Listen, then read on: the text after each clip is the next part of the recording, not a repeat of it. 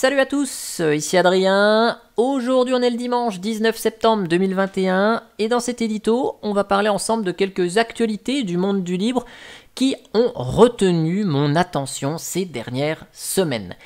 Et on va commencer par parler de Ubuntu. Oui, puisque Ubuntu 21.10 sortira bientôt, dans moins d'un mois, le 14 octobre 2021, ça c'est prévu.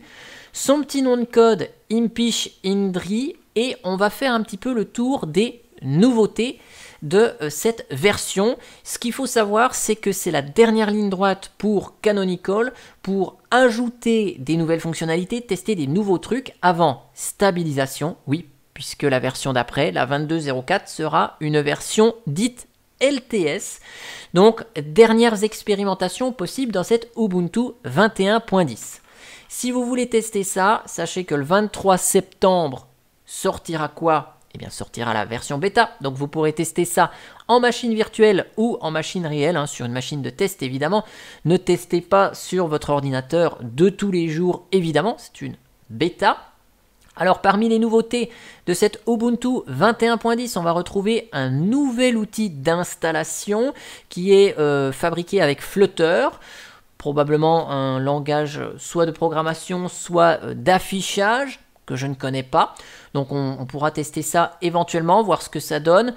Donc ça, c'est une nouveauté qui arrive. Ensuite, on va retrouver GNOME 40 comme environnement de bureau par défaut chez Ubuntu. Donc ça y est, il bascule vers la version 40 de GNOME. Il faut se rappeler quand même que chez Ubuntu, il y a beaucoup de modifications de l'environnement de bureau GNOME, notamment pour avoir la barre latérale ici. Dans le panneau de configuration, il y a des nouveaux outils qui sont ajoutés et incorporés directement dedans pour personnaliser le thème.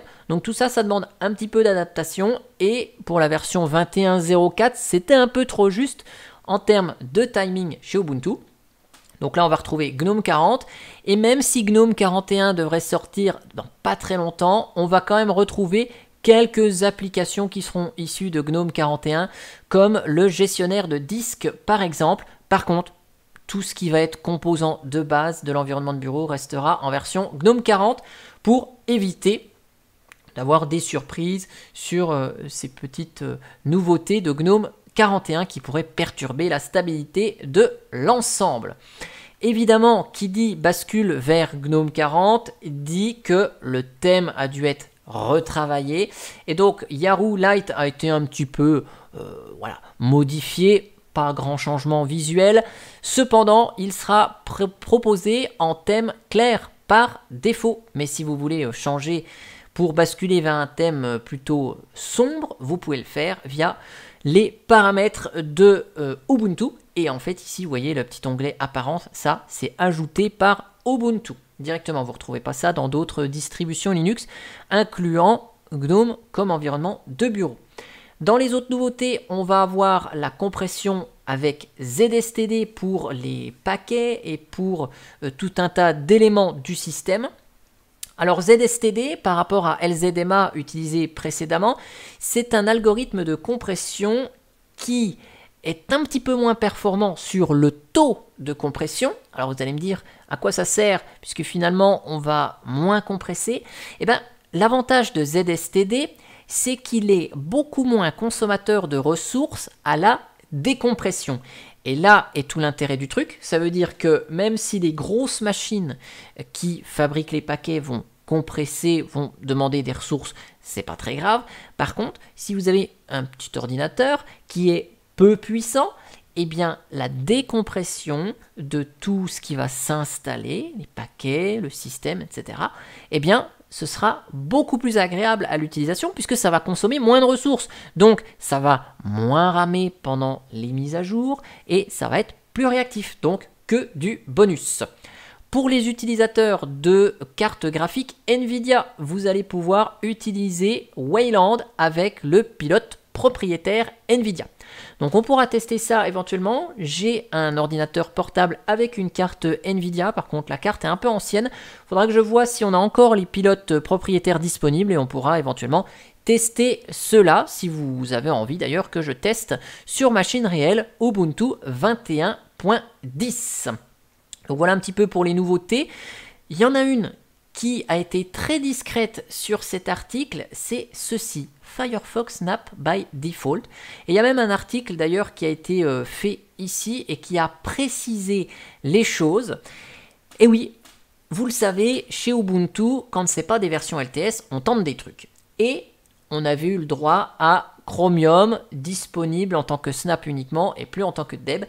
Et bien là, chez Ubuntu 21.10, Firefox sera disponible, toujours, hein, c'est le navigateur par défaut chez Ubuntu, mais en version Snap pour les nouvelles installations d'Ubuntu. Attention, pour les nouvelles installations uniquement.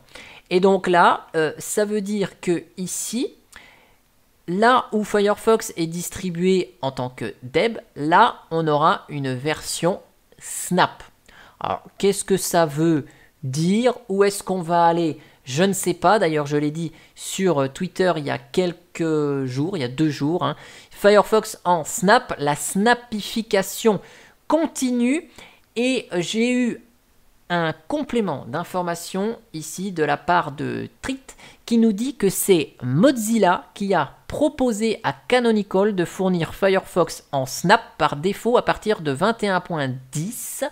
Donc ça veut dire que ce n'est pas, j'allais dire, quelque chose qui émane de Ubuntu, mais bien de Mozilla qui nous donne son avis là-dessus et qui dit hey, ce serait pas mal finalement d'avoir le Snap. En gros, c'est ce qu'ils disent. Et donc là, ça va être totalement invisible. Et donc, le Deb de Firefox va disparaître au profit de Snap. Hein. Bien sûr, on n'aura pas l'obligation de se servir de Snap, hein, puisque on pourra tout à fait récupérer une version classique de Firefox sur le site officiel si on en a envie. Mais voilà, la nouveauté ici de Ubuntu 21.10, c'est la présence par défaut du navigateur avec un paquet universel Snap. D'ailleurs, vu qu'on parle de navigateur, deuxième actualité où j'ai eu déjà l'information depuis assez tôt avant la publication officielle, mais j'ai pas eu le temps de traiter le sujet. C'est un autre navigateur internet très cher à mes yeux qui s'appelle Vivaldi. Alors Vivaldi devient le navigateur par défaut dans l'édition Cinnamon de Manjaro. Alors ce qu'il faut savoir, c'est que Manjaro Cinnamon n'est pas une version officielle. Les versions officielles, c'est GNOME, KDE et XFCE. La version Cinnamon de Manjaro est une version communautaire. Cependant, moi, je connais pas les coulisses de Manjaro. Je connais les coulisses de Vivaldi, mais pas celles de Manjaro. Et derrière, ici, cette idée, je me demande si finalement Manjaro ne teste pas quelque chose dans son édition Cinnamon, comme ça, pour voir comment les gens réagissent, pour voir comment ça se passe, avoir des retours et peut-être changer son fusil d'épaule pour arriver vers Vivaldi comme navigateur par défaut sur l'ensemble de ses versions officielles. Ça, ce n'est que mon avis. Moi, j'y vois plutôt comme ça, comme une sorte de test. Allez, on teste quelque chose dans une version communautaire, on voit comment les gens réagissent, et si ça se passe bien, eh bien, on intègre tout ça dans la version officielle. Alors, bien sûr, comme toute distribution Linux, si le navigateur par défaut ne vous plaît pas, vous pouvez le désinstaller et en installer un autre sans aucun souci, chose qui est beaucoup moins évidente avec Windows 10 et qui le sera encore moins d'ailleurs avec Windows 11 si vous suivez les actualités du système d'exploitation de Microsoft. Donc là, Vivaldi par défaut chez Manjaro Cinnamon, donc bon, chez Next Impact, ça a commenté un petit peu. Ici, donc voilà à quoi ça ressemble au final, hein. Je vous ai lancé un live rapidement de Manjaro Cinnamon ici, hop, non, ok, alors il y a des petits problèmes d'affichage dans la machine virtuelle, bon c'est pas grave, voilà, c'est un petit peu mieux quand ça fonctionne ici. Donc premier lancement de Vivaldi, je vais laisser les options par défaut du navigateur ici, et vous voyez déjà, on ne retrouve pas un thème clair comme on a habituellement chez Vivaldi, mais un thème sombre, et vous voyez les contrôles là, les boutons ici, eh bien, ils sont de couleur verte. Donc, on a perdu le rouge de Vivaldi pour avoir une intégration vraiment correcte du navigateur directement dans la distribution. Vous voyez ici, là, tous les contrôles sont de couleur verte. C'est le thème de Manjaro. Vous voyez, si j'ouvre le gestionnaire de fichiers et que je déroule les menus, on retrouve une même cohérence de thème entre le thème du système, quand on a une application tel le gestionnaire de fichiers, et le navigateur web. Donc ça, c'est vraiment cool. Et si on va dans la section thème, on voit ici bien la présence d'un thème Manjaro Cinnamon. Alors si vous voulez retrouver Vivaldi comme vous l'aimez, vous pouvez reprendre le thème officiel. Si vous voulez mettre votre propre thème, fabriquer votre propre thème, vous pouvez. Là, on a un thème qui a été créé, Manjaro Cinnamon, qui permet d'avoir une cohérence entre l'aspect du navigateur et l'aspect du système. Donc, c'est pas un ajout qui est fait à la va-vite, mais c'est un ajout qui est travaillé.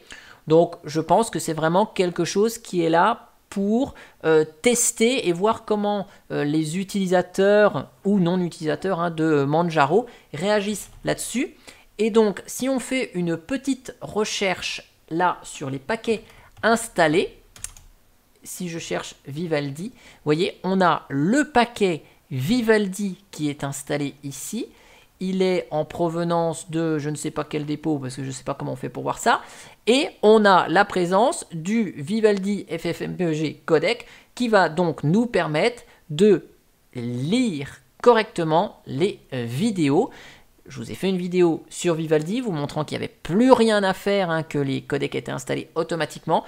Visiblement, chez Arch Linux et Manjaro, le paquet qui est importé n'intègre pas tous les outils, donc il y a toujours ce paquet supplémentaire à installer, mais peu importe, il est déjà préinstallé par défaut dans cette Manjaro. Voilà, et ça rime. Donc ça, c'est ce qu'on pouvait dire sur Vivaldi et Manjaro. Donc donnez-moi aussi votre avis dans les commentaires, savoir ce que vous en pensez.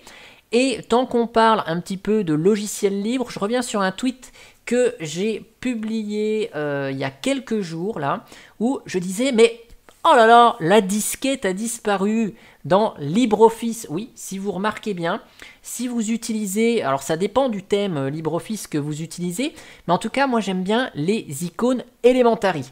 C'est ce style d'icône qui est présent ici sur mon installation.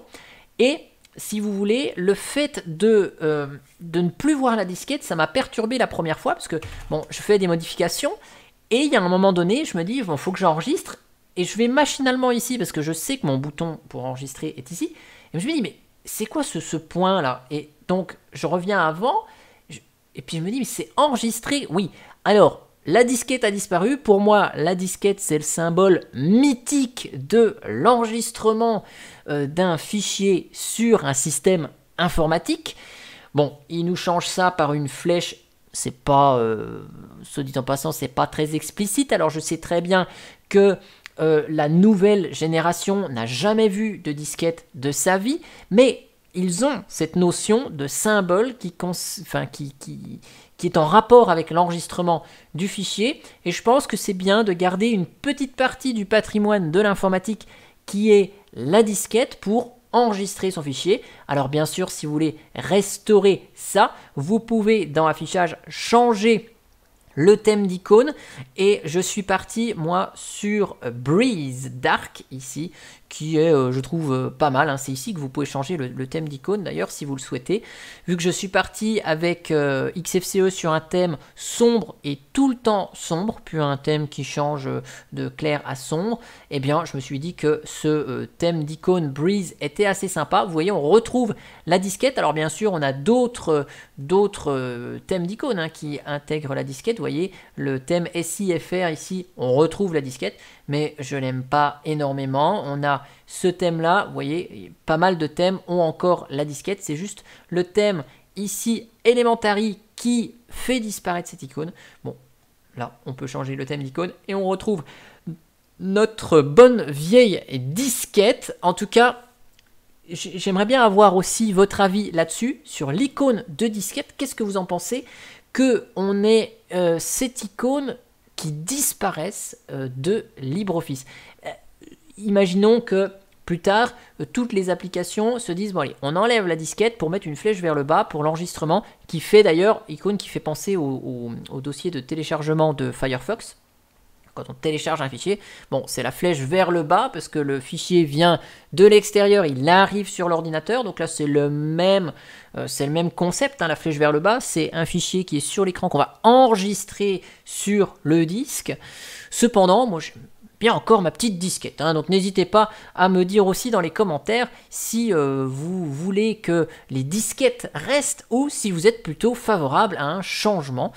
Voilà en tout cas ce que je pouvais dire un petit peu sur ces actualités autour du livre, les petites choses qui ont retenu mon attention ces derniers jours. En tout cas, j'espère que cette vidéo vous aura plu. N'hésitez pas à vous exprimer dans les commentaires et moi je vous dis à bientôt pour une prochaine vidéo. On continue très vite la série sur les commandes de base Linux. Allez, ciao ciao!